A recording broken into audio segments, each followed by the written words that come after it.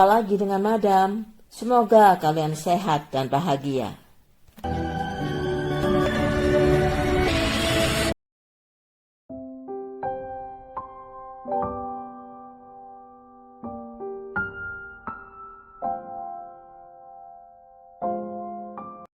Memphis, Tennessee adalah salah satu kota paling terkenal di Amerika. Kota tersibuk, tapi sekaligus juga salah satu kota paling berbahaya. Daerah yang bernama Rivertown di kota Memphis terkenal akan kekerasannya sejak tahun 1920-an. Pada tanggal 15 Agustus 1988, Sharon Moore, seorang PSK berumur 25 tahun, sedang menjajakan diri di jalanan Weekly Street yang agak sepi dan remang-remang di Memphis Selatan. Tiba-tiba ia jatuh tersungkur dan meninggal. Seseorang telah mengarahkan timah panas menembus dadanya dari jarak dekat. Kasus Sharon merupakan kasus kejahatan ke-95 di Memphis pada tahun itu. Tidak sulit bagi detektif untuk menangkap pelakunya karena ada dua saksi yang sempat melihatnya saat kejadian, yaitu seseorang bernama Larry Ward. Larry pun ditangkap dan dijebloskan ke penjara. Larry adalah ex-narapidana yang pernah melakukan tindak kekerasan kepada wanita. Meski Larry menyangkal, dia tidak bisa mengelak dengan adanya dua orang saksi. Saat itu, Carol Pate, seorang paranormal yang kebetulan berkunjung ke Memphis, membaca kasus tersebut di koran. Saat sedang melewati TKP, ia mendapat penglihatan yang berbeda. Carol melihat bahwa polisi menangkap pelaku yang salah. Kemudian dia menelpon detektif Ken dan menyampaikan penglihatannya bahwa pelakunya bukan Larry, tapi pencabut nyawa berantai yang targetnya PSK dan waria. Karena detektif tidak percaya, Carol mencoba menemui detektif Ken di kantornya, bahwa apa yang dilihatnya itu benar, karena dia sudah pernah membantu kepolisian di negara bagian lain.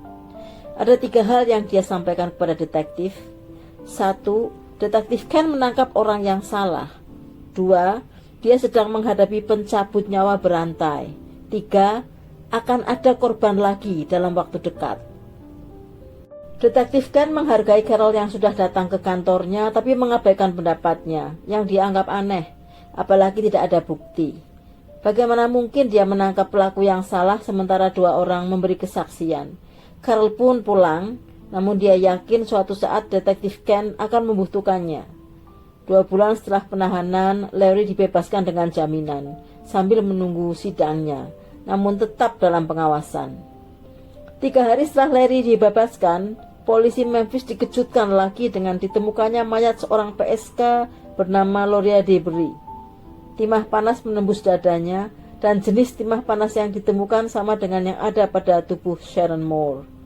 Sudah pasti kecurigaan polisi kepada Larry semakin kuat. Larry pun ditangkap. Namun ternyata dia memiliki alibi kuat, bahwa saat penyerangan terjadi, dia sedang berada di restoran yang lokasinya jauh dari tempat kejadian, dan alibinya itu di-backup oleh belasan orang yang saat itu berada di restoran. Bahkan mereka bersedia menjalani tes uji kebohongan. Karena alibinya kuat, Larry pun tidak jadi dihukum dan dibebaskan. Polisi kota Memphis pun harus kembali mengulang investigasi kasus itu dari awal. Mereka sadar bahwa Larry ternyata bukan pelakunya. Berarti kasus tersebut menemui jalan buntu, dan kerja keras mereka sia-sia. Barulah detektif Ken sadar apa yang dikatakan Carol ternyata benar. Menyadari hal itu, detektif Ken nelpon Carol memintanya untuk datang ke Memphis. Namun detektif Ken minta semua percakapan dan investigasi yang akan dilakukannya bersama Carol dirahasiakan, karena rekan-rekannya di kepolisian pasti tidak suka jika mereka tahu hal ini. Detektif Ken lalu bertemu dengan Carol di TKP Loria Debris, korban terakhir. Dengan cara membawa foto korban, Carol mendapat penglihatan tentang sosok pelaku. Ia yakin bahwa pelaku adalah seorang keturunan Afrika Amerika berumur 40-an dan berkumis. Carol juga meyakini pelaku memiliki kepribadian ganda. Di satu sisi seorang yang sangat pemalu, di sisi lain seorang yang sangat keji. Dan saat menjadi pribadi yang keji, pelaku menyebut dirinya bernama Al.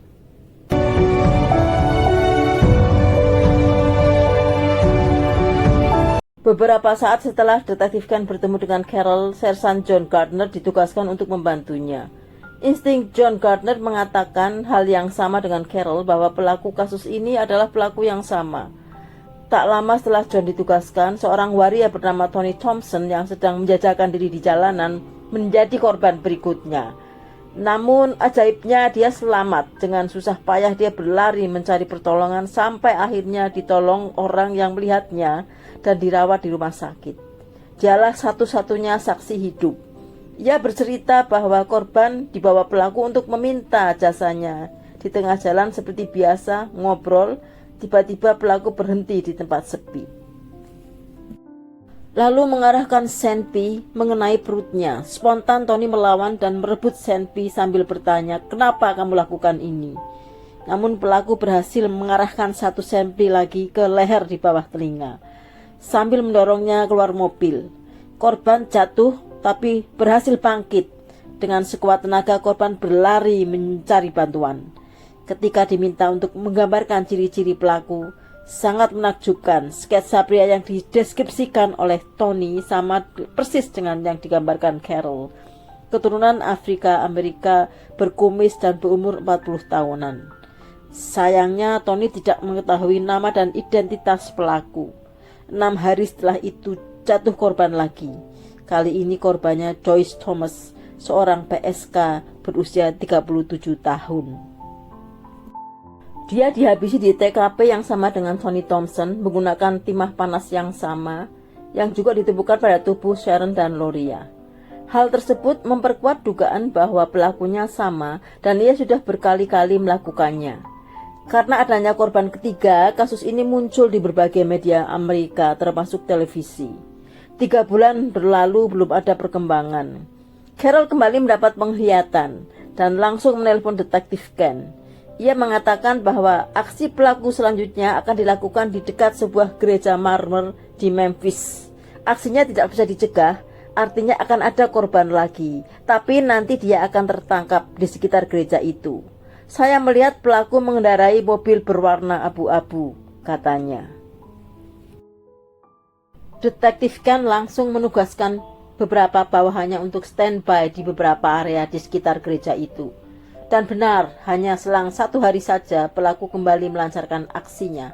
Korbannya seorang waria berumur 30 tahun bernama Mark Eric Lewis. Namun kali ini pelaku melakukan kesalahan fatal. Mark dapat melawan sehingga meski terluka ia sempat lari menyelamatkan diri. Mark juga dalam kondisi sadar ketika dibawa ke rumah sakit. Mark mengatakan bahwa pelaku melancarkan aksinya dengan menggunakan mobil berwarna abu-abu, persis seperti yang dikatakan Carol. Awalnya pelaku mengajak kencan menuju ke tempat sepi, lalu berhenti dan tiba-tiba mengarahkan senpi ke dadanya, namun meleset mengenai perut bagian samping. Setelah mendorong korban keluar, ia melarikan mobilnya dengan cepat. Polisi langsung membuntutinya dan segera menghentikan James Barnes saat diketahui bahwa arah yang ia tuju ke tempat korban sebelumnya. Mobil Barnes dihentikan pada sebuah motel. Pelaku keluar dari mobil melarikan diri, namun beberapa pasukan polisi yang sudah standby mengejarnya.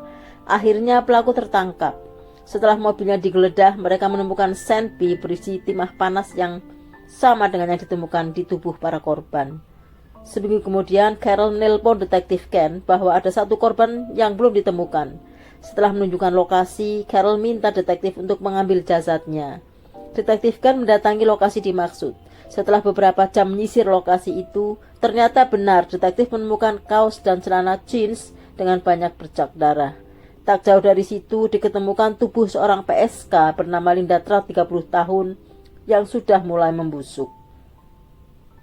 Pada saat interogasi, James Barnes mengatakan dengan jujur bahwa selama ini tindakan yang dilakukannya merupakan pengaruh dari kepribadian keduanya. Dia merasa menjadi seseorang yang bernama Al. Para investigator terkejut karena mereka teringat perkataan Carol tentang nama Al. Barnes selalu melanjutkan bahwa sebagai Al dia sangat ingin menghabisi istri dan anak-anaknya, sehingga untuk melampiaskan keinginannya Al mencari tumbal setiap malam agar tidak menghabisi istri dan anak-anaknya. Pada akhirnya James Barnes dihukum atas tindakannya menghabisi Sharon, Loria, dan Stacy. dan percobaan menghabisi Tom dan Mark. Untuk kasus Linda tidak bisa didakwakan karena tidak ada bukti timah panas pada tubuh korban. Pada bulan September 1997, pengadilan menjatuhi hukuman 40 tahun kepada Barnes. Dia juga dirujuk ke psikiater karena menderita kelainan jiwa. Sekian dulu guys, semoga kita bisa mengambil hikmah dari cerita ini, dan terima kasih sudah menyaksikan.